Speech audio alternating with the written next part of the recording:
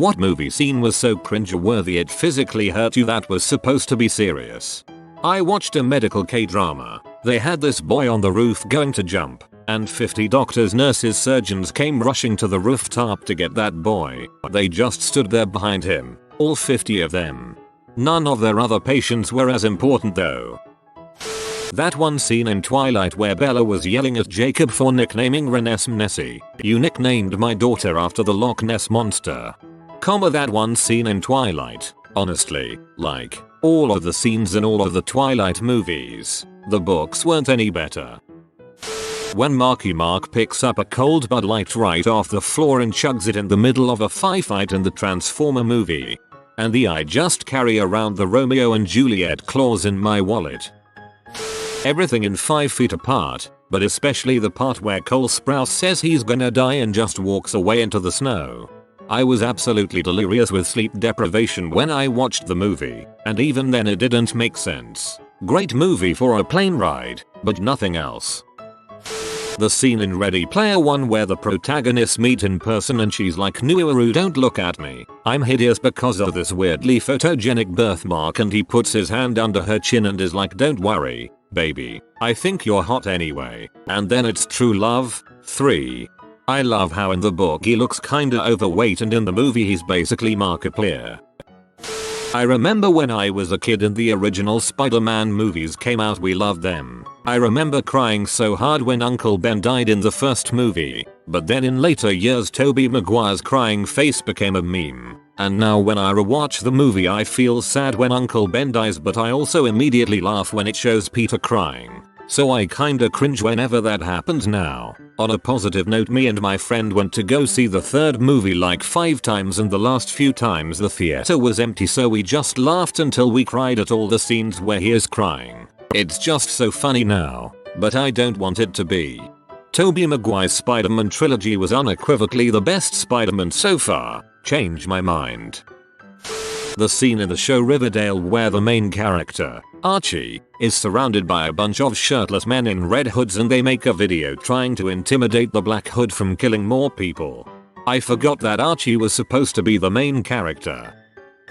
The scene in Revenge of the Nerds where the main character impresses a girl in the computer lab by making a fully animated drawing of himself and her with like 15 seconds of typing on the keyboard. Baffles me how anybody would think that's remotely possible, even in the 1980s when computers were still a mystery to the general public. Now, if 2 people were using the same keyboard, then I'd buy it. When Talia al Ghul died in The Dark Knight Rises, I know it has been talked about a lot and even she didn't like the scene, but dang was it bad. All of the Death Note movie, but especially when Light meets Ryuk and he screams and jumps backwards because he's afraid. I laughed so hard. That movie was so funny, in a bad way obvs, like that scene with the guy gets decapitated by a ladder, lol WTF. The entire plot of Justice League, it was basically, we need Superman cause we can't win without him, should have just been called Superman and Friends. The first scene where Sofia Coppola's character talks to Andy Garcia's character in The Godfather Part 3 and it slowly dawns on you that she has the hots for her older cousin. It doesn't help at all Sofia Coppola's acting during this movie was unbearably wooden. People keep mentioning Attack of the Cloners in this thread, but I tell you, Hayden Christensen was practically emotive compared to her. Does the entirety of the movie Cats count? Watching Cats is like stumbling upon an unholy and heretofore unknown genre of pee. Every time these frisky fur demons tongue a milk bowl and start moaning, I was certain the FBI would raid the theater. Learning that Albus and Aberforth had a secret brother, at that point I was like, welp, we're going down that freaking rabbit hole. Edward Cullen showing his glittery chest. This is the skin of a killer. Bella, me, yikes. Peas. I actually enjoyed the first Twilight movie. It's innocent fun to me and nowhere near deserving of all the hate it got. But that scene, there's no saving that scene. This is the skin of a killer. Bella, yeah, cause that skin is slaying. The Fault in Our Stars when the 2 characters kiss in the Anne Frank Museum and everyone claps. Christ, I wanted to jump out of the window. That was the fault part. Red Sonja. Bridget Nielsen is weeping over her dead sister, turns her face up to look at Arnold's character, Mary Ataire, and asks him a question as if she was asking for directions on the street, then a minute later goes back to weeping. Good looking lady, awful actress. The whole movie kinda blew, but, you're killing Martha, why did you say that name? They sort it out and minutes later, realize that they're on the same side because both of their moms are named Martha. I love Deadpool's reference where he said he was about to kill someone but then found out their mothers had the same name. In Rise of Skywalker where Palpatine is imploring his bleachers full of Sith cultist followers, or whatever, to basically give him a dark side fist pump to help assure his supremacy. This from the guy who'd kinda, sorta, see comments, followed the whole rule of two thing forever. Who are these fans of his? What do they do other than cheerlead for Papa Pal Pie? Better Minions, better pizza, Papa Pal Pie.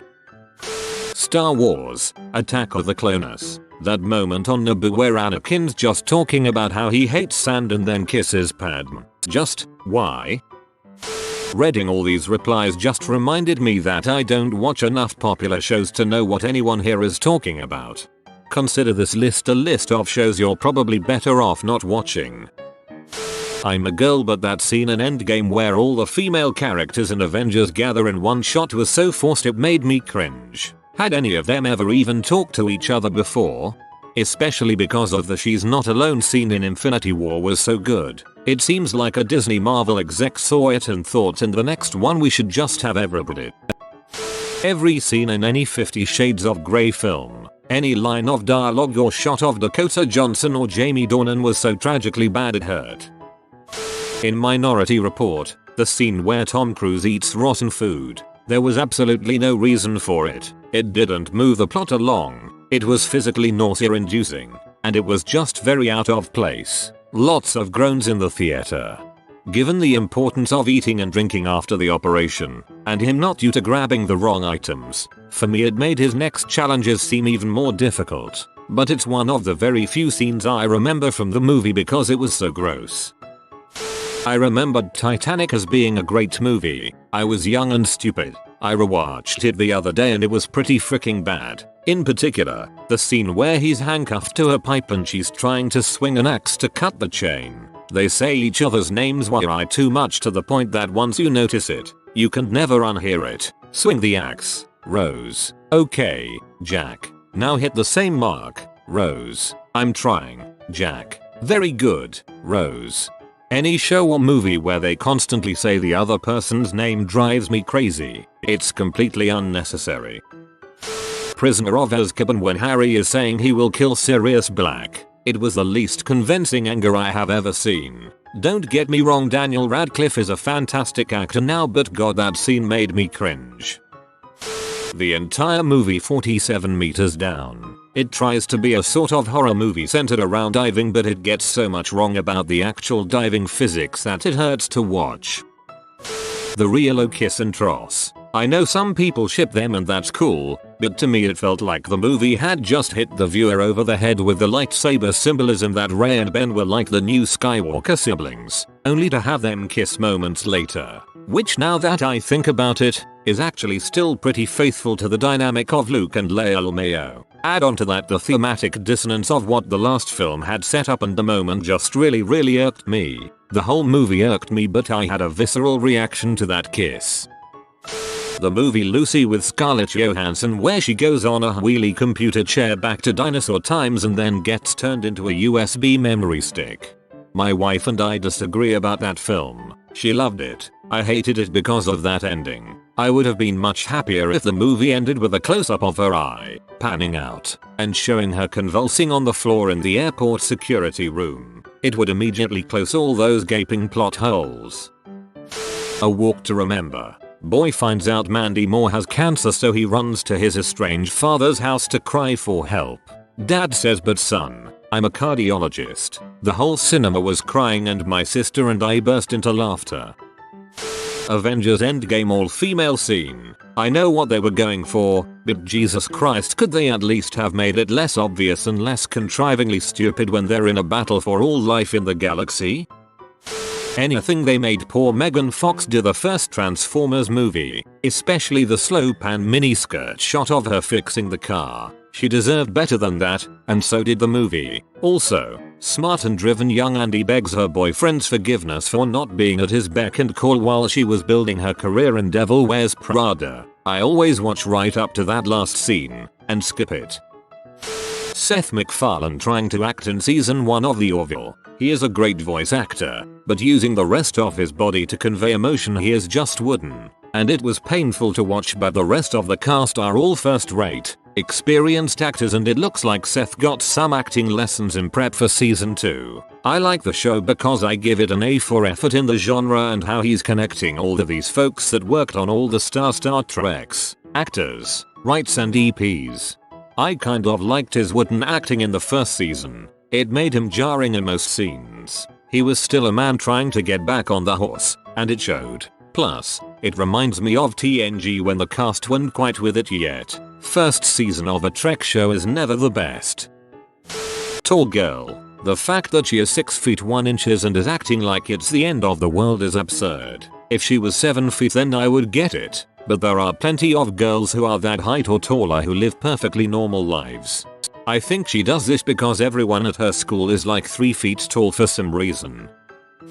Huge 1983 movie. They didn't use green screen and obviously they wasn't going to really infect a dog with rabies. If you are familiar with dogs, it was so obvious the pooch in the movie was happy and responding to off-camera cues, without the scary movie soundtrack, and even with it. And it was like watching the happiest dog in the world, running around with red eye on his snout, tail wagging, friendly look on his face, cringy but kind of funny too. Watching the actresses in the film pretending to be terrified of this friendly benevolent dog was comparable to watching the color bunny scene at Monty Python's Holy Grail.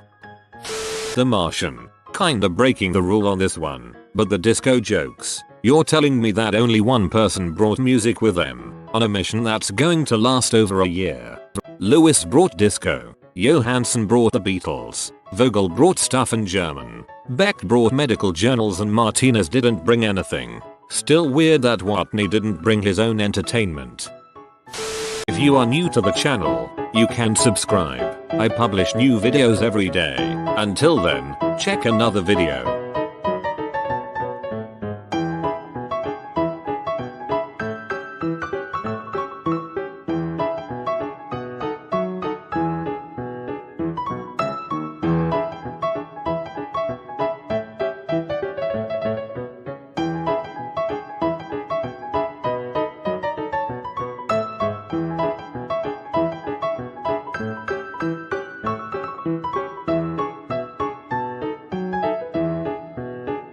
Bye for now.